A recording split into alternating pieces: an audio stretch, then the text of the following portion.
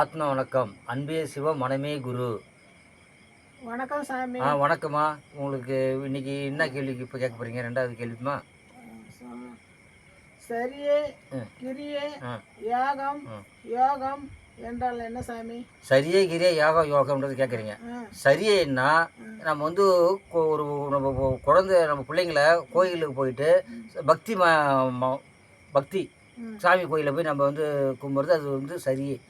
இது அவங்க கோயிலில் போயிட்டு சாமியை வேண்டு வணங்கு இன்னும் சொல்கிறது. நாமளும் நம்ம அப்பா அம்மா தான் சொன்னாங்க, சொல்லி கொடுத்தாங்க. நம்ம பிள்ளைய தான் சொல்லி கொடுக்குறோம். நம்ம போய் கோயிலை வணங்குறோம். அது பக்தி முறை. அது சரியே.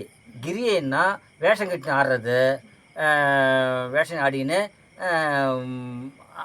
அளவு குத்தி டான்ஸ் ஆடுறது, காவடி எடுத்து ஆடுறது, அதுமாரி பண்ணும்போது அது கிரி. அது ஒரு வகை சாமி வணங்குறதுல. அடுத்து யோகம். யோகம் வந்து நம்ம வந்து ஓம குண்டம் வளர்த்தி நம்ம வந்து இது யாகம் வளர்த்துறோமா, அது வந்து இது அடுத்து யோகம். யோகம் வந்து யோக சக்தி வந்து நம்ம மூச்சு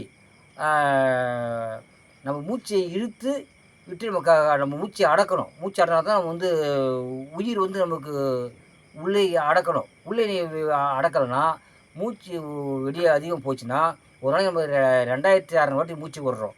நீ ஒரு மூச்சு 18 கணக்கு, 25 மூச்சு அளவு ஊட்டினா உனக்கு ஆயுள் கூடும். இனி வந்து மூச்சு அதிகமாக ஊட்டினா ஆயுள் உங்களுக்கு குறைஞ்சிடும். அப்போ என்ன செய்வோம்? இப்போ மகான்லாம் என்ன செய்வாங்க? சித்தர் மகான் என்ன செய்வாங்கன்னா உங்களுக்கு உட்காந்து அழகாக வந்து மூச்சு பயிற்சி எடுப்பாங்க.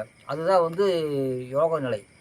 அப்படி இருக்கும்போது அதுதான் 4 வகை யோகம். அது ஆத்ம வணக்கம். அன்பே